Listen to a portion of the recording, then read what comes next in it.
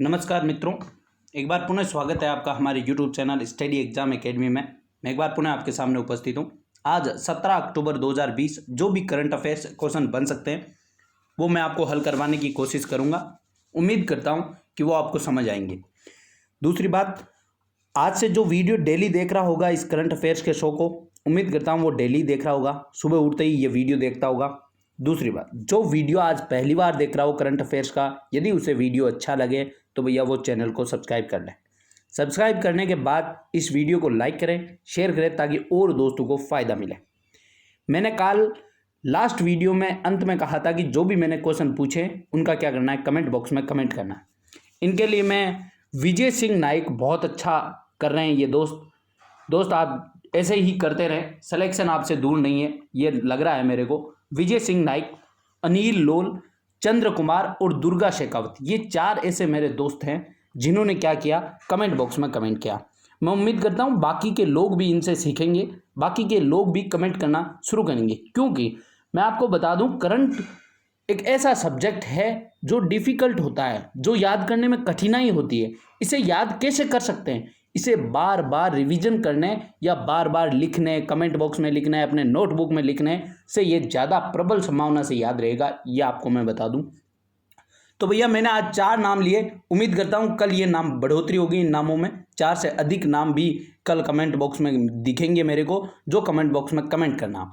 देखिए बाकी लोग भी कमेंट करते हैं, लेकिन मैं उन कमेंटों को यहाँ बात कर रहा हूँ जिन्होंने क्वेश्चन का आंसर दिया है। मैं उन कमेंट की बात कर रहा हूँ। ये 4 लोग बहुत अच्छा, मैं सबसे ज़्यादा प्रभावित हुआ हूँ विजय सिंह नाइक से, क्योंकि ये लगातार मैं देख रहा हूँ डेली कमेंट करते हैं ये दोस्त। आप टेंशन ना करें दोस्त, आपका सिलेक्शन ज़्यादा दूर नहीं है। चलिए आज का ये सेशन शुरू करता हूँ भैया। 17 अक्टूबर 2020 पहला ही क्वेश्चन, और पहले ही क्वेश्चन पे लगा लें 2-3 स्टार, सीधा सीधा छपेगा। हाल ही में विश्व आर्थिक परिदृश्य यानी वर्ल्ड इकोनॉमिक आउटलुक, ये दोनों नाम क्यों लिखे हैं मैंने, क्योंकि आजकल की परीक्षाओं में कभी कभी विश्व आर्थिक परिदृश्य दे देता है या कभी वर्ल्ड इकोनॉमिक आउटलुक नाम दे देता है, तो दोनों नाम आपको याद रखना है। ये रिपोर्ट किसके द्वारा जारी की गई, क्वेश्चन पे आते हैं फिर इसको समझते हैं ये है क्या। ये रिपोर्ट अंतर्राष्ट्रीय मुद्रा कोष यानी IMF, इंटरनेशनल मॉनेटरी फंड, इसका इंग्लिश में नाम इंटरनेशनल मॉनेटरी फंड, अंतर्राष्ट्रीय मुद्रा कोष द्वारा जारी की गई।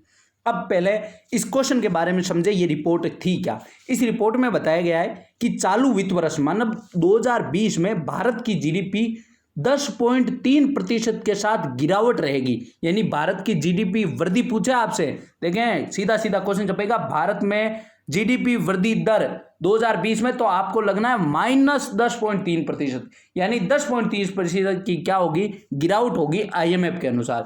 जबकि इन्होंने 2021 के लिए भारत की GDP ग्रोथ 8.8% जो कि प्लस में है, मानी 2021 में भारत की अर्थव्यवस्था यानी भारत की GDP 8.8% के साथ क्या होगी, बढ़ोतरी होगी, और जो विश्व में सर्वाधिक बढ़ोतरी होगी भैया, ये इसलिए इंपॉर्टेंट बन जाएगा।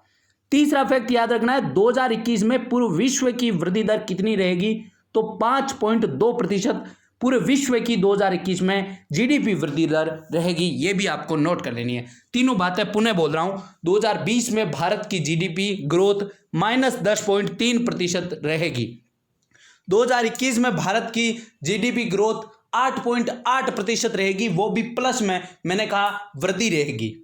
तीसरी बात, विश्व की 2021 में GDP दर कितने प्रतिशत बढ़ोतरी होगी, तो 5.2%। ये बात तो हुई इस रिपोर्ट की। रिपोर्ट जारी किसने की है, IMF यानी इंटरनेशनल मॉनेटरी फंड। मैंने हालांकि इंटरनेशनल जो भी संगठन है उनका एक बार क्वेश्चन डाल चुका हूं, मैं एक बार पूरा वीडियो बना चुका हूं। उम्मीद करता हूं जो वीडियो उसने जो भी तैयारी कर रहा हो वो वीडियो जरूर देखा होगा। मैं कह रहा हूं वो वीडियो जरूर देख लेना, एक क्वेश्चन पक्का है, पुलिस पटवार वाले ध्यानपूर्वक सुन लें। चलिए IMF के बारे में बताता हूं। आज IMF के बारे में आया तो इसकी स्थापना 1944 में ब्रेटन वुड्स सम्मेलन में हुई, लेकिन इसने कार्य प्रारंभ कब किया, 1945 में कार्य प्रारंभ किया। इसकी वर्तमान हेड कौन है भैया, क्रिस्टियाना जॉर्जिवा। कौन है, क्रिस्टलिना जॉर्जिवा। कहाँ की है भैया, बुल्गारिया की है। इनका देश, संबंधित देश का नाम भी याद रखें आप, क्रिस्टलिना जॉर्जिवा का संबंध बुल्गारिया से। हेडक्वार्टर पूछे तो वाशिंगटन DC, और सदस्य पूछे तो 189 यानी 189 इसके कुल सदस्य हैं। ये आपको IMF के बारे में ध्यान रखना है, सारी की सारी बातें। उम्मीद करता हूं दोस्तों ये क्वेश्चन अच्छे से समझ आया। इसमें थोड़ा टाइम ज़्यादा लगा तो इसका कारण भी आप समझे, क्योंकि क्वेश्चन टाइम वाला है, सीधा सीधा छपेगा। एक और इम्पोर्टेंट क्वेश्चन, राष्ट्रीय मानवाधिकार आयोग का स्थापना दिवस कब मनाया गया है? तो राष्ट्रीय जो मानवाधिकार आयोग है इसका स्थापना कब मनाया गया है? तो 12 अक्टूबर को। यानी इसकी स्थापना कब हुई भैया? 12 अक्टूबर 1993 यानी 1993। या क्वेश्चन पूछ सकता है राष्ट्रीय मानवाधिकार आयोग का एक्ट कौन सा है? तो 1993 का एक्ट लगता है इसमें। चलेगा। इसके वर्तमान हेड कौन है? तो HL दत्तू इसके वर्तमान हेड है। अब देखें, ये एक सांविधिक संस्था है, ये भी नोट कर लें, ये सांविधिक संस्था है। सीधा सीधा क्वेश्चन छपेगा कि ये कैसी संस्था है? तो लीगल बॉडी मतलब सांविधिक संस्था है। 2019 में राष्ट्रीय मानवाधिकार आयोग में कुछ अमेंडमेंट किया। उस अमेंडमेंट में 3 बातें आपको याद रखनी है। तीनों बातों में नोट करवा रहा हूं, सारे लोग नोट कर लें। 2019 में जो संशोधन हुआ उसमें 3 बातों का मुख्य उल्लेख था। पहली बात, अब कार्यकाल 3 वर्ष होगा, यानी जो राष्ट्रीय मानवाधिकार आयोग का सदस्य होगा उसका कार्यकाल अब कितने वर्ष होगा? 3 वर्ष, जो कि पहले कितने था? 5 वर्ष था। दूसरा उसमें प्रावधान था कि इस सदस्यों में एक महिला सदस्य होगी। यह पक्की बात है कि एक महिला सदस्य होगी। तीसरी बात, उसका अध्यक्ष कोई भी सुप्रीम कोर्ट का न्यायाधीश बन सकता है, लेकिन इससे पहले क्या कह रहा था कि इसका अध्यक्ष पूर्व मुख्य न्यायाधीश ही बन सकता है, जो कि वर्तमान में अमेंड करके बता दिया है कि इसका अध्यक्ष कोई भी न्यायाधीश बन सकता है। यह बात आई राष्ट्रीय मानवाधिकार आयोग। अब मैं क्वेश्चन नंबर 3 पे चलता हूं। कंफ्यूज नहीं होना है सारे लोगों को। मैं आज और एक टास्क देता हूं, जो ऑप्शन में ये 11 अक्टूबर, 7 अक्टूबर, 8 अक्टूबर यानी अक्टूबर के जितने भी इंपॉर्टेंट डे एंड डेट्स है वो आपको कमेंट बॉक्स में कमेंट करनी है दोस्तों।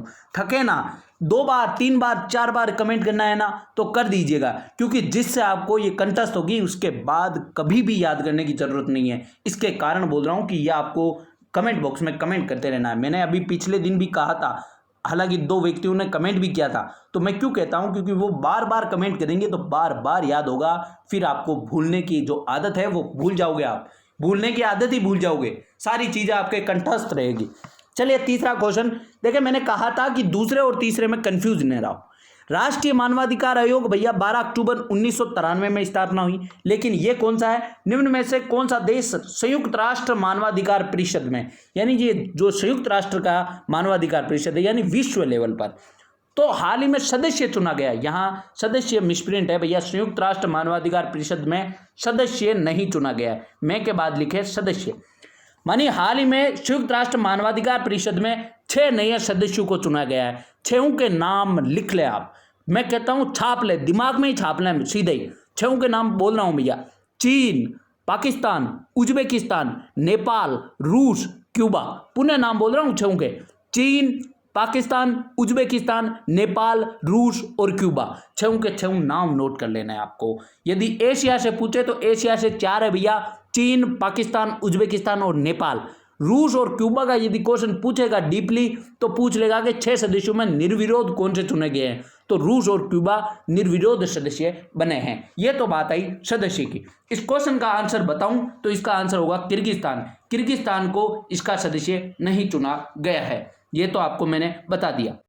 अब किर्गिस्तान क्यों चर्चा में रहा भैया? हाल ही में यहाँ क्या लगा है? आपातकाल लगा है। देखिए मैंने कहा चर्चा में रहेगा तो आपके ऑप्शन में वही ऑप्शन में रहेगा जो चर्चा में रहा। यहाँ किर्गिस्तान उज्बेकिस्तान में कंफ्यूज नहीं रहो। उज्बेकिस्तान को इसका सदस्य बनाया गया है, किर्गिस्तान को नहीं। किर्गिस्तान में आपातकाल लगने के कारण यह चर्चा में रहा था। अब बात आते हैं भैया संयुक्त राष्ट्र मानवाधिकार परिषद की।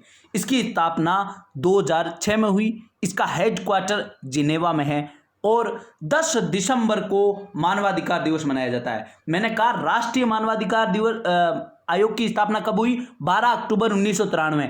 लेकिन विश्व मानवाधिकार दिवस पूछे आपसे, मानवाधिकार दिवस पूछे तो 10 दिसंबर याद रखना है। क्यों मनाया गया?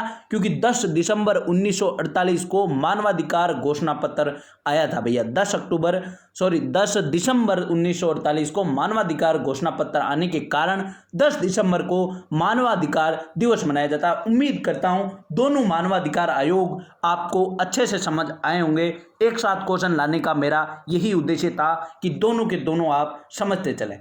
चलिए फोर्थ नंबर क्वेश्चन, हाल ही में कामधेनु दीपावली अभियान किसके द्वारा शुरू किया गया? देखिए कामधेनु नाम आ रहा है तो राष्ट्रीय कामधेनु आयोग के द्वारा यह शुरू किया गया है। अब देखें क्यों शुरू किया गया है, क्योंकि जो अभी हाल ही में कौन सा पर्व आ रहा है भैया, दीपावली आ रही है। जो दीपावली में काम आने वाले साजो सामान है, जैसे दिए और भी जो सामान है, उन दियों को गाय के गोबर से बनाया जाएगा। कामधेनु किसे कहते हैं भैया, गाय को। तो गाय के गोबर से उन दीपावली के जो साजो सामान है उनको बनाने के लिए कामधेनु दीपावली अभियान राष्ट्रीय कामधेनु आयोग द्वारा शुरू किया गया है। प्रत्येक लाइन बोल रहा हूं मैं, पूर्णतः लाइन को जोड़ के बोल रहा हूं ताकि आपको प्रत्येक बात समझ आए। मानी कामधेनु दीपावली अभियान राष्ट्रीय कामधेनु आयोग द्वारा शुरू किया गया। क्यों? क्योंकि दीपावली के साजो सामान गाय के गोबर से बनाने के लिए। अब बात आते हैं राष्ट्रीय कामधेनु आयोग की। तो राष्ट्रीय कामधेनु आयोग की स्थापना 2019 में ही हुई है भैया, हाल ही में हुई है, इसके कारण इंपॉर्टेंट रख लेना आप। 2019 में इसकी स्थापना हुई। स्थापना क्यों हुई? जो दुधारू पशु जैसे गाय भैंस, इनकी नस्ल सुधार करने के लिए, दुधारू पशुओं की नस्ल सुधार करने के लिए राष्ट्रीय कामधेनु आयोग की स्थापना 2019 में की गई थी। सारी बातें नोट करके रखनी है। यहाँ ऑप्शन में नीति आयोग है। आज का दूसरा आपको टास्क नीति आयोग के बारे में आपको सारे लोगों को कमेंट बॉक्स में कमेंट करना है भैया। नीति आयोग बहुत इंपॉर्टेंट संस्था है।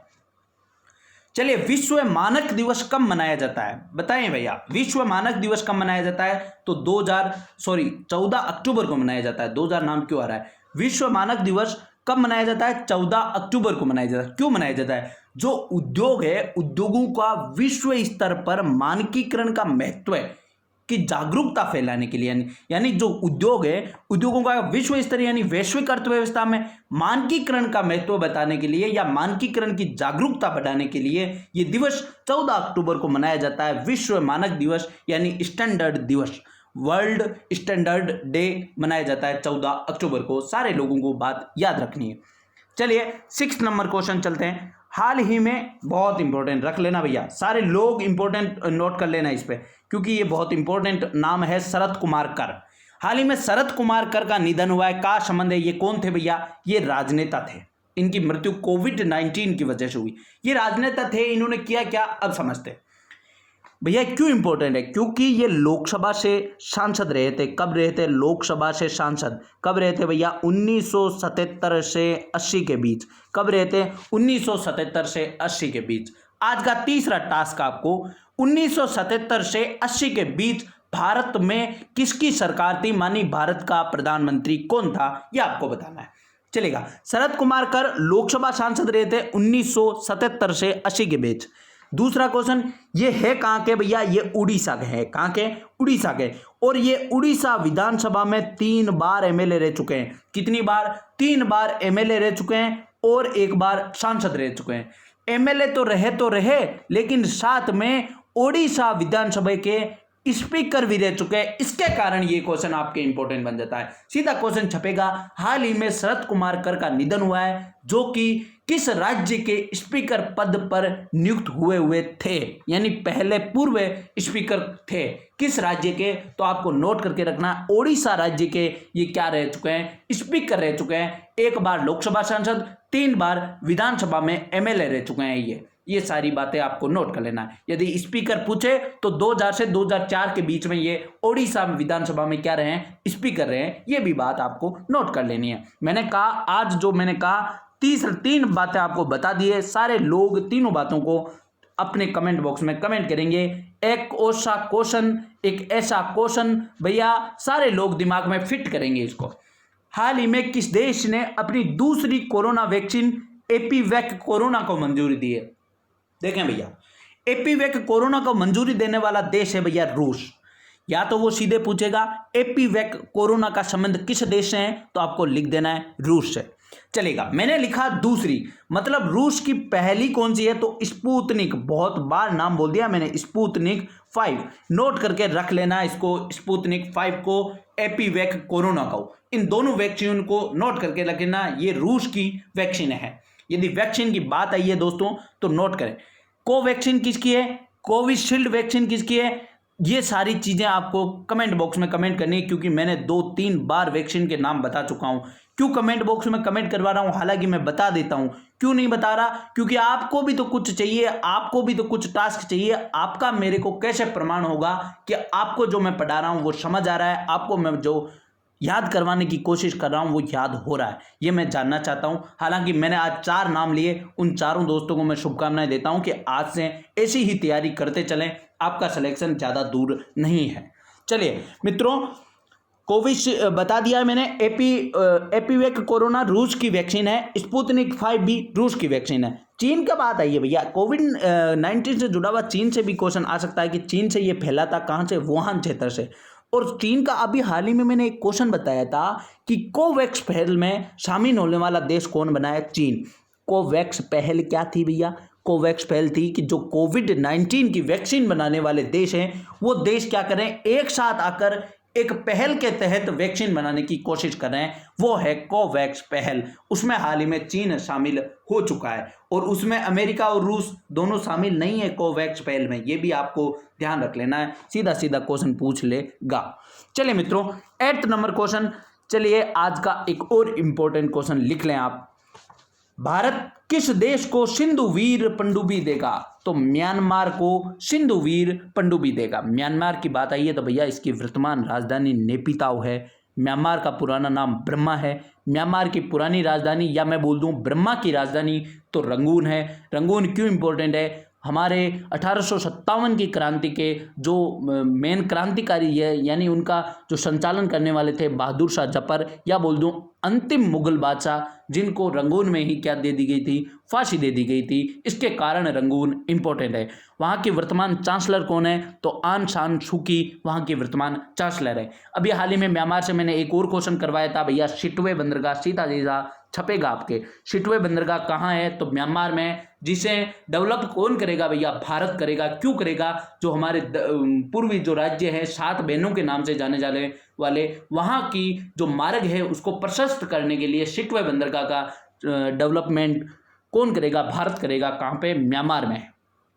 अब देखें, म्यांमार से क्वेश्चन आया, एक स्टैटिक क्वेश्चन बताता हूं, मैंने बहुत बार वो क्वेश्चन देख लिया है। जो म्यांमार की सीमा बनाने वाले 4 राज्य हैं भारत के भैया, ये इधर का जो भारत का नक्शा है, अंतिम नक्शा, वहां पे 4 ऐसे राज्य हैं जो म्यांमार से सीमा बनाते हैं। नाम लिखें, साथ ही साथ उनका क्रम भी उत्तर से दक्षिण याद रखें भैया। आजकल क्वेश्चन मैंने कहा परीक्षाएं अमीर होने लग गई है, वो सीधा ऐसे नहीं पूछेगा, वो ये पूछेगा कि म्यांमार से सीमा बनाने वाले राज्यों का उत्तर से दक्षिण की तरफ क्रम बताएं। तो आपको ये बातें सारी नोट करनी है, या वो चित्र बना के दे देगा और आपको नंबर लिख देगा, वहां आपको नंबर में भरने हैं। तो आप नोट करें, 4 राज्यों की सीमा लगती है, मैंने बता दिया। कौन सा राज्य, पहला राज्य अरुणाचल प्रदेश, दूसरा राज्य लिखे नागालैंड, तीसरा लिखे मणिपुर, चौथा लिखे मिजोरम। ये 4 राज्य है भैया क्रम से। पुनः बोल रहा हूं, सारे लोग नोट करेंगे, जिसको सिलेक्शन चाहिए वो जरूर नोट करेगा। अरुणाचल प्रदेश, नागालैंड, मणिपुर, मिजोरम। मैंने कहा करंट अफेयर्स ही मैं केवल आपको सोल्व कराने की कोशिश नहीं करूंगा, कुछ स्टैटिक जीके के क्वेश्चन भी मैं आपको यहां सोल्व कराने की कोशिश करूंगा। अरुणाचल प्रदेश, नागालैंड, मणिपुर, मिजोरम, सारे लोग ये बात नोट करके रखेंगे। सिटवे बंदरगाह का नाम भी नोट करके रखेंगे, और अभी मैंने बता दिया जो पनडुब्बी थी उसका नाम भी आपको नोट करके रखना है। चलिए 9th नंबर क्वेश्चन, भारत सरकार द्वारा FAO के स्थापना दिवस पर कितने रुपए का सिक्का जारी किया है। देखिए, सिक्का जारी करने में हाल ही में मैंने एक क्वेश्चन करवाया है, वीडियो को पॉज करें दोस्त, वीडियो को पॉज करने के बाद कमेंट बॉक्स में कमेंट करें, ये बात जरूर कमेंट करनी है। तो भारत सरकार द्वारा FOA के स्थापना दिवस पर कितने रुपए का, तो 75 यानी 75 रुपए का क्या सिक्का जारी किया है। क्यों किया है 75 रुपए का, क्योंकि FAO का 75वीं वर्षगांठ है, यानी 75वीं स्थापना की वर्षगांठ है, इसके कारण किया है। FAO का पूरा नाम लिखें, फूड एंड एग्रीकल्चरल ऑर्गेनाइजेशन। सारे लोग पूरा नाम लिखेंगे, फूड एंड एग्रीकल्चरल ऑर्गेनाइजेशन। यदि हिंदी में बोलूं तो खाद्य एवं कृषि संगठन। अब इसकी स्थापना के बारे में जानते हैं भैया, FAO है क्या। इसकी स्थापना 16 अक्टूबर 1945 को हुई। इसकी वर्तमान में 75वीं वर्षगांठ है। इसका हेडक्वार्टर रोम में है। इसके वर्तमान हेड जेम्स डियोफ है। मैंने कहा जेम्स डियोफ है। दूसरा ये है कहाँ के, सेनेगल के, सेनेगल एक देश का नाम है भैया। जेम्स डियोफ सेनेगल के हैं, जो FAO के वर्तमान महानिदेशक है। और ये FAO UN का ही एक अंग है, UN की ही संस्था है, ये भी आपको याद रखना है। चलिए मित्रों, नेक्स्ट क्वेश्चन पे चलता हूँ। मैंने एक टास्क दिया अभी हाल ही में, किस पर 100 रुपये का सिक्का जारी किया है, तो विजया राजे सिंधिया पर 100 रुपये का सिक्का जारी किया गया है। भैया एक ऐसा क्वेश्चन जो आपके उबाल ला सकता है, स्टूडेंट के जो ऐसे महान व्यक्ति जो स्टूडेंट के दिल में बसते हैं, ऐसे व्यक्ति के बारे में बताना चाहूँगा आज, तो आप ध्यानपूर्वक सुने। यदि आपके एग्जाम में नहीं आए ये क्वेश्चन, तो भी आपको इस आदमी, इस व्यक्ति, इस महान व्यक्ति, इस कद्दावर नेता के बारे में जरूर पता होना चाहिए। इसके कारण क्वेश्चन लाया हूं। हाल ही में APJ अब्दुल कलाम आज़ाद की जयंती कब मनाई गई है, 15 अक्टूबर को। प्रत्येक बात सुनेंगे APJ अब्दुल कलाम आज़ाद के बारे में। मैं बोल रहा हूं, आपको सारी बातें नोट करके रखनी है। कोई आपसे पूछ ले, क्योंकि ये ऐसा व्यक्ति था, क्यों था अभी समझते हैं भैया। इनका जन्म लिखे भैया 15 अक्टूबर 1931 को रामेश्वरम तमिलनाडु में इनका जन्म हुआ। सारे लोग लिख लेंगे।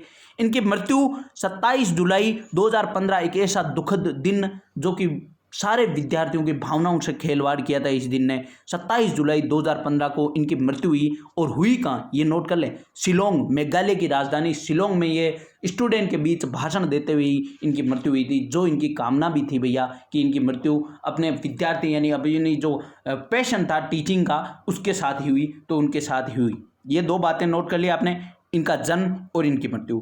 इनके उपनाम क्या है भैया, इसे मिसाइल मैन के नाम से जाना जाता है, मिसाइल मैन के नाम से जाना जाता है इन्हें। ये 11वें राष्ट्रपति रहे थे, भारत के 11वें राष्ट्रपति रहे थे। कब, 2002 से 2007 तक 11वें राष्ट्रपति कौन रहे, APJ अब्दुल कलाम आज़ाद। अब देखें, 11वें राष्ट्रपति रहे। मैं आपको रोचक बात बताऊं, इनकी कोई पार्टी नहीं थी, क्योंकि APJ अब्दुल कलाम आज़ाद को भारतीय जनता पार्टी और कांग्रेस पार्टी ने संयुक्त रूप से 90% मत देकर क्या बनाया था, APJ अब्दुल कलाम को भारत का 11वां राष्ट्रपति बनाएगा। मैंने कहा 90% मत, यानी दोनों ने बिना किसी विरोध के, बिना किसी पार्टी के थे ये, जिन्होंने यानी दोनों ने सम्मिलित रूप से 90% मत देकर इनको राष्ट्रपति बनाया था। अब इनकी एक आत्मकथा है, वो जरूर याद रखें। क्वेश्चन पूछते हैं सीधा सीधा SSC रेलवे में क्वेश्चन आता है कि विंग्स ऑफ फायर किसकी पुस्तक है, तो APJ अब्दुल कलाम आज़ाद की ये पुस्तक है भैया। और ये क्यों इंपॉर्टेंट है, अग्नि मिसाइल, पृथ्वी मिसाइल, इनका सारों का परीक्षण करने में APJ अब्दुल कलाम आज़ाद का बहुत महत्वपूर्ण योगदान है। अब इनसे एक और क्वेश्चन बनेगा, अभी हाल ही में बनेगा, कि व्हीलर द्वीप है ना, व्हीलर द्वीप कहाँ है, उड़ीसा में है। उस व्हीलर द्वीप का न्यू नाम APJ अब्दुल कलाम आज़ाद की नाम पर रख दिया। ये बात आपको नोट करके रखनी है। व्हीलर द्वीप की बात आपको सारे लोगों को नोट करके रखनी है। और व्हीलर द्वीप से DRDO अपनी मिसाइलों का परीक्षण करता है। सैद्धांतिक व्यवहारिक रूप से हम बता सकते हैं, हालांकि ये कोई बात लिखी हुई नहीं है कि वो वहीं से ही करेगा, लेकिन व्यवहार में वो व्हीलर द्वीप से यानी APJ अब्दुल कलाम द्वीप से ही परीक्षण करता है। ये बातें मैं उम्मीद करता हूँ लिख लिए। अब इनके बारे में जो इंपॉर्टेंट बात है, जो क्वेश्चन में आने की बातें हैं, वो अब नोट करें। यहां क्वेश्चन में आने की विंग्स ऑफ फायर और व्हीलर द्वीप का न्यू नाम और ये 11वें राष्ट्रपति रहे, ये 3 बातें थी। अब मैं जो बातें बोलूंगा वो सारी बातें आप नोट करेंगे। संयुक्त राष्ट्र ने इनके 79 यानी 79वें जन्म दिवस कब मनाया गया, 2010 में। 2010 में इनके जन्म दिवस को संयुक्त राष्ट्र ने विश्व विद्यार्थी दिवस घोषित किया। मानिए हम कह सकते हैं कि विश्व विद्यार्थी दिवस कब मनाया जाता है, 15 अक्टूबर को APJ अब्दुल कलाम आज़ाद की जयंती पर। कब से शुरू हुआ, 2010 से। इनका कौन सा जन्म दिवस था, 79। किसके द्वारा घोषणा की गई, संयुक्त राष्ट्र के द्वारा। यह बात नोट कर लें।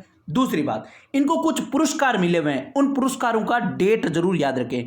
इन्हें 1981 में पद्म भूषण अवार्ड मिला, इन्हें 1990 में पद्म विभूषण अवार्ड मिला, 1997 में भारत का सर्वोच्च सम्मान भारत रत्न इन्हें मिला था। ये तीनों बातें नोट कर लेनी। अब सबसे इंपॉर्टेंट क्वेश्चन सीधा सीधा छपेगा, हुआ क्या, ये स्विट्जरलैंड की क्या यात्रा करने गए, कहाँ, स्विट्जरलैंड। और स्विट्जरलैंड की यात्रा करने के उपलक्ष्य में 26 मई को स्विट्जरलैंड ने विज्ञान दिवस के रूप में घोषणा की। भैया 26 मई, सीधा सीधा पूछेगा 26 मई को किस देश में विज्ञान दिवस मनाया जाता है, तो विज्ञान दिवस स्विट्जरलैंड में मनाया जाता है। APJ अब्दुल कलाम के वहाँ आने के उपलक्ष्य में मनाया जाता है। अब आज का एक और टास्क कि भारत में विज्ञान दिवस या विज्ञान दिवस कब मनाया जाता है, किसकी जयंती के उपलक्ष्य में मनाया जाता है, ये बातें आपको कमेंट बॉक्स में कमेंट करनी है। चलिए मित्रों, एपीजे अब्दुल कलाम आज़ाद हमारे मिसाइल मैन, हमारी स्टूडेंट्स लाइफ की सबसे रग रग में बसे हुए व्यक्ति, ऐसे व्यक्ति भैया बहुत कम व्यक्ति होते हैं जिन्होंने बहुत हमें प्रोत्साहित किया है, जिसे हम इन्हें देखकर ही हम क्या करते हैं, आगे बढ़ने की कोशिश करता हूँ। एक मल्लाह है, मल्लाह के व्यक्ति थे ये, मल्लाह के लड़के थे, और एक अखबार बेचने वाला मिसाइल मैन राष्ट्रपति बन सकता है, तो अपन भी तो कुछ भी तो कर सकते हैं भैया। ये कर सकते हैं तो हम भी कुछ कर सकते हैं। हालांकि आप समझे, एपीजे अब्दुल कलाम जिस टाइम में थे उस टाइम कोई सुविधा नहीं थी, अब तो आपके पास घर घर बैठे हुए पढ़ते हुए भी सुविधा मिल जाती है भैया। तो आप सोच सकते हैं कि आपको कितना कुछ करना है। चलिए मित्रों, आज का सेशन यहीं समाप्त करता हूं। जो मैंने बातें कही कमेंट बॉक्स में कमेंट करने के लिए वो कमेंट जरूर कर देना। धन्यवाद मित्रों, आज का सेशन यहीं समाप्त करता हूं। एक बार पुनः आपको शुभकामनाएं देता हूं कि आज का दिन आपका सर्वश्रेष्ठ दिन हो। धन्यवाद दोस्तों, अपनी ये क्लास यहीं समाप्त करता हूं। आज का मेरा जुड़ाव इतना ही रहेगा। मिलते हैं हम अगले सेशन में, अगले क्लास में। धन्यवाद मित्रों, जय हिंद, जय भारत।